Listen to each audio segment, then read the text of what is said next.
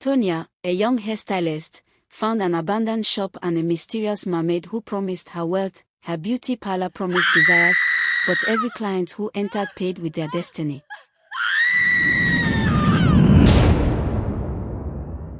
Tonia had just finished her hairdressing training. After 3 years of sweeping floors, washing heads, and standing on her feet from morning till night, the day of her freedom finally came. Her madam tied a wrapper around her waist, blessed her, and gave her small gifts of combs and hair creams. People clapped for her as she danced with joy, feeling like the whole world was now open for her. But deep inside, her heart was heavy, because she had no money to open her own salon. She only had her skill, her hands, and her dreams. When the celebration ended, Tonia sat on her bed that night thinking of her next step. She asked herself, where will I even start? No money, no shop, not even one dryer. Her parents were poor farmers in the village. They had already struggled to pay part of her training fees. They could not help her with money to start a salon. She thought and thought until tears rolled down her cheeks. The future that looked bright in the morning now looked dark at night. She whispered a prayer, God, show me the way. Days passed, and she remained at home with nothing to do. Whenever she saw other hairstylists attending to customers, her heart burned with jealousy. She wanted to work, but no one was calling her. After weeks of waiting, she decided to move to another city to try her luck. With only a small bag and little money in her pocket, she entered a bus and left for a nearby town. She believed that even if she could not open a salon yet, she could at least find small jobs to gather some money. Life in the new town was not easy. Tonia moved around searching for salon jobs, but most places wanted experienced stylists with their own equipment. After many rejections, she finally got work as a cleaner in a guest house. It was not what she wanted, but at least it was something. Every morning, she woke early to sweep rooms, wash toilets, and scrub floors until her back ached. When she received her first pay, it was so small it could not even buy enough food, not to talk of saving for her dream shop. She felt like crying, but she told herself, better small than nothing. After her cleaning work each day, Tonia would carry her bag of combs and go around the village asking people if they wanted to braid their hair. Some would say yes, while many would say no. She would sit on a stool under a tree, making hair for little girls, collecting small coins. Life was hard, but she kept moving. She told herself, one day, my story will change. She did not know that her life was about to take a turn she could never imagine. One evening, as Tonia was walking home tired and hungry, she decided to take a shortcut through the edge of the village. The path was lonely, with tall grasses on both sides. As she walked, she saw a small one-room shop standing alone by the roadside. The walls were dirty, the windows were broken, and cobwebs hung like curtains. She stopped and stared. Something inside her whispered, this place, it can be yours. She slowly pushed the weak wooden door open and peeped inside. The room was dusty, the floor cracked, and spiders had made it their home. But instead of fear, Tonia felt a strange excitement. She could see herself painting the walls, placing mirrors, and arranging chairs for customers. Her heart beat fast as if the shop was calling her name. She closed the door and went home, but that night she could not sleep. She kept seeing the image of that small shop in her mind. By morning, she made inquiries from villagers. Some said the owner had traveled to the city many years ago and never returned. Others said no one claimed the place anymore. Tonia was given a phone number, said to belong to the owner. She tried sending a message, but no reply came. Days passed with silence. That was when Tonia decided, if no one wants it, I will take it. She boldly carried her broom, bucket, and rags to the place. She swept away the dirt, washed the floor, and pulled down the cobwebs. People passing by laughed at her, saying, that shop is cursed. No one who stays there succeeds. But Tonia refused to listen. She believed in her God, not in curses. She painted the walls with bright colors and placed a small board outside with the words, Tonia Beauty Parlor. After all her effort, she waited for customers. Days turned into weeks, weeks into months. Nobody entered her shop. People whispered behind her back that she was stubborn, that the place was under a spell. Hunger dealt with her, but she refused to leave. She even moved into the shop, sleeping on the floor at night, hoping one day, her first client would come. It was a dark night. Rain had fallen earlier, and the village was silent. Tonia lay on her mat inside the empty shop, thinking of going back home. Suddenly, she heard a soft knock on the door. Fear gripped her heart. Who could it be at such an hour? Slowly, she stood up and opened the door. If you are still watching, it means you love deep stories filled with lessons. So why not subscribe right now? That way, you never miss the kind of stories that will keep you thinking long after they end. Before her stood a beautiful woman, glowing like moonlight. Her hair was long, black, and dripping with water as if she had just come from the river. Her eyes shone like stars, and her voice was soft like music. She said, I heard you make hair. I want you to treat mine. Tonia's mouth hung open. She had never seen such beauty. Without asking questions, Tonia invited her in. The lady sat down gracefully, and Tonia began to work on her hair. The hair was thick and smooth like silk, but it carried a strange coldness. When Tonia finished, the lady smiled and dropped a bundle of money on the table. For your good hands, she said, and walked out into the night. Tonia watched her disappear, her heart racing. The next morning, something strange happened. People began to flock into her shop. Women came with their daughters, men brought their wives. Everyone wanted to know who had styled the mysterious lady's hair. Tonia was confused but happy. Finally, she had customers. Day after day, people filled her little shop. For the first time, she felt hope. But she did not know that her life had just opened a door to the spiritual world. That woman was no ordinary client. She was a mermaid from the river, and her visits were only the beginning of Tonia's strange journey. The mysterious woman kept coming back at night. Each time she brought her long, wet hair for treatment. She paid Tonia generously, and after every visit, more customers filled the shop the next day. It was as if her presence carried power that attracted people. Tonia began to grow popular in the village, and her beauty parlor, once empty, now overflowed with clients. One night, after Tonia had finished making her hair, the woman smiled and said, I am pleased with you. I will give you something that will make you greater. She handed Tonia a small bundle of hair, silky and shining. Sell this, and your shop will never be empty. Tonia hesitated but accepted it. The next day, she placed the hair for sale, and before noon, it was gone. People rushed it like gold. Every time the woman brought more, it sold out quickly. The hair was magical, soft, and beautiful. Women who wore it became more attractive, men adored them, and everyone desired it. Soon, Tonia stopped struggling. Money flowed in. She bought chairs, mirrors, and dryers. Her shop transformed overnight. Villagers began to fear and respect her. Some whispered that she had powers, but she only smiled. One evening, curiosity overcame her. Madam, she said to the glowing woman, who are you? Where do you get this hair from? The woman's eyes darkened, and she replied, do not ask questions you are not ready to hear answers for. Just keep selling, and your life will be blessed.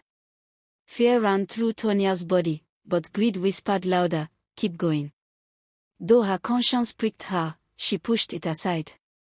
For the first time in her life, she felt like a real businesswoman. She didn't know the price for what she was receiving. Destiny was about to be exchanged. As the weeks went by, strange things began to happen in the village. Women who bought the mermaid's hair from Tonia began to notice changes in themselves. One lady who had always wished for long hair woke up one morning to find her natural hair had grown down to her waist. She screamed with joy and rushed to Tonia's shop to thank her. But by night, something terrifying happened. Her hair began to move on its own, wrapping around her neck like snakes, choking her. She cried out, but nobody could understand what was happening. Another woman who bought the hair became the most beautiful in the village. Men admired her, women envied her. But soon, she noticed that whenever she looked into a mirror, her reflection was not hers. A dark, watery shadow looked back at her, smiling wickedly. She grew restless, and her nights were filled with nightmares of drowning in the river. People began to whisper that something was wrong with Tonia's products, but the results were too sweet to resist. Despite the growing fear, customers kept coming. Everyone wanted beauty, everyone wanted fame, everyone wanted attention. They didn't care about the consequences, as long as their desires were met. Tonia herself began to enjoy her new wealth. She wore fine clothes, ate the best meals, and even bought jewelry. She told herself, "Finally, my suffering has ended." But inside her heart, guilt was growing. She knew this blessing was not ordinary. One night, Tonia decided to confront the mermaid. "Why are strange things happening to my customers?" she asked. The woman laughed softly, her voice echoing like waves. "Nothing is free in this world. Everyone must give something to receive something. They desired beauty, and they have it. What happens after is none of your concern. Just keep selling." Tonia shivered. She thought of refusing, but then she looked at her shop filled with money and clients. The temptation was too much. She told herself, "Maybe it's just coincidence. Maybe I'm overthinking." And so, she kept quiet, locking her conscience away. The mermaid began to visit Tonia more often. Each time she brought new hair, creams, and magical products from the Water Kingdom. They sold out quickly, and Tonia became the most popular stylist in the region. People traveled from far villages just to buy from her. She was celebrated as a young girl who rose from nothing to greatness. But what nobody knew was that destinies were being exchanged quietly. Every time someone used the products, their secret desires came true, but at a deadly cost. A woman who wanted a child conceived immediately, but her baby was born with gills, unable to breathe air. Another who wanted riches began to find money on the ground daily, but soon her husband lost his job and went mad. Strange tragedies spread across the land, but no one could trace it back to Tonia. They only saw her smiling shop, glowing with success. Inside, Tonia began to feel restless. Her dreams were filled with water, waves crashing, and voices calling her name. Sometimes, at night, she would wake up to find her floor wet, as if the river had entered her shop. Still, she pretended all was well. She did not want to lose the fame she had struggled to get. She told herself, "I can handle it." But one evening, after a heavy rainfall, the mermaid appeared with a stern face. "You must now make a choice," she said. "To continue, you must dedicate yourself fully to the Water Kingdom. No more half-commitment. If you agree, your shop will never lack. If you refuse, everything will end." Tonia trembled. She wanted to refuse, but fear and greed fought inside her. Finally, she shook her head slowly. "I cannot. I just wanted to do hair, not this." The mermaid's eyes turned dark. "Then prepare to lose everything." And she vanished, leaving a cold wind behind. The next morning, Tonia's shop was empty. For the first time in months, no one came. She sat on her stool, waiting, but no footsteps approached. Day turned into night, and still no customer. The next day was the same. People began to whisper that her charm had finished. They stopped trusting her products, stopped visiting her parlor. Hunger returned to her life like an old enemy. Tonia grew desperate. She went to the houses of her former clients, begging them to come back. But they looked at her with fear and shut their doors. Rumors spread that strange deaths and misfortunes were connected to her. Some women who had used the products had gone mad, others had died mysteriously. People now avoided her like plague. Her name, once celebrated, became cursed in their mouths. At night, Tonia sat in the dark, thinking of her mistake. Tears streamed down her face. She whispered, "Maybe I should have stayed as a cleaner. Maybe I should never have touched that hair." But it was too late. The water spirit had already marked her. She felt an emptiness inside her chest, as if something precious had been stolen. She could no longer even dream peacefully. After 2 weeks of emptiness, she broke. She knelt on the floor and cried, "Please come back. I will do anything." As if the river heard her, the mermaid appeared in her dream, smiling wickedly. "You begged, and now you are ready. Sail for us, and your life will shine again." When Tonia woke up, she agreed in her heart. She told herself, better to be rich and alive, than poor and dead. And so, she prepared herself to surrender fully.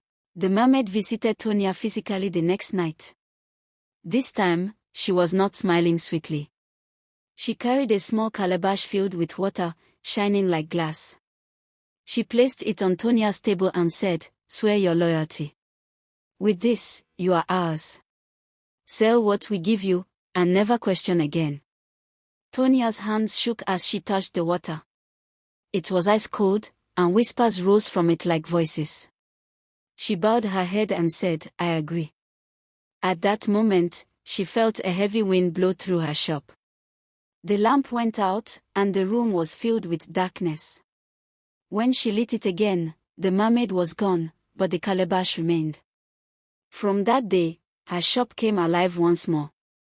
Customers returned in numbers. Hair, creams, and beauty products flowed in from the water kingdom, and Tonia sold them eagerly. But the exchange grew darker. One woman bought cream to make her husband love her more. The next week, the man became obsessed, following her everywhere like a dog, refusing to let her breathe until she ran mad. Another woman bought hair for beauty, but her daughter died mysteriously the same night. People began to wonder, but the allure of beauty kept dragging them back. Tonia, though, had no peace. Each time she looked at the calabash, she heard voices. Sometimes it called her name, sometimes it laughed. She began to avoid mirrors, because when she looked, she saw herself drowning in waves. Her heart was heavy, but she was trapped. She could not stop, she had gone too far. The river spirit had her soul in its hands, and it would not let go easily. The strange happenings in the village grew louder. Too many deaths, too many tragedies. The elders gathered to investigate. They traced the route back to Tonia's shop. Angry mothers stormed her parlor one morning, holding pictures of their lost daughters. "You killed them. You gave them cursed things," they shouted. Stones were thrown, her signboard broken. Tonia begged and cried. "I did not mean harm. I only wanted to make hair." But no one listened. Some young men broke into her shop, searching. That was when they found the calabash hidden under her table, water still shimmering inside. Fear spread like fire. They shouted, "She is using water powers. She is in covenant with river spirits." Word spread to the whole village. People now called her a witch, a servant of the marine kingdom. Her once famous shop became a place of horror. No one dared to enter. Even children mocked her on the street, chanting, "Tonia water wife. Tonia mermaid friend." She locked herself inside, trembling, ashamed, broken. That night, the mermaid appeared, angry. "Foolish girl. Why did you let them find it? You should have hidden it better." Tonia cried, "I cannot do this anymore. Please, leave me." But the mermaid laughed, "You cannot leave. We own you. You belong to the river now. Then she vanished, leaving the room filled with cold water. Tonia realized she had lost control.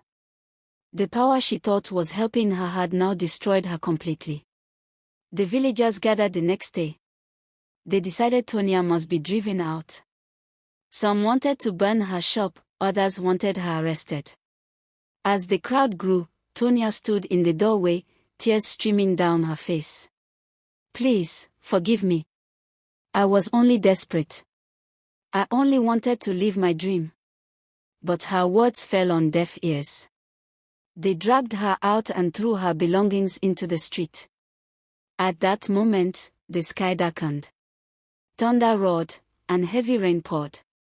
From the middle of the storm, the mermaid appeared before everyone, her beauty terrifying.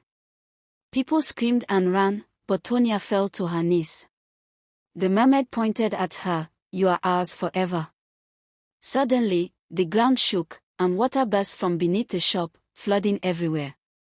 The villagers watched in horror as Tonia was swallowed into the water right before their eyes. Her cries echoed, "Save me. Please," but no one could help. The flood vanished as quickly as it came, leaving the ground dry and silent. The shop collapsed into ruins. Nothing remained of Tonia but her combs floating in the mud. Fear gripped the entire village.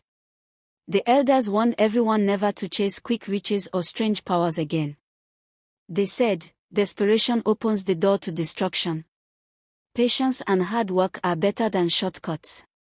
Tonia's name became a story mothers told their daughters at night, a warning against greed and spiritual bargains. And so, the girl who only wanted to style hair ended up as a servant of the river, lost forever because she could not wait for her time. Alright, my friend, the story ends here, but our journey doesn't. Smash that subscribe button, drop a comment below telling me what lesson you learned, and don't forget to like and share. Your support keeps me going, and together we keep these stories alive.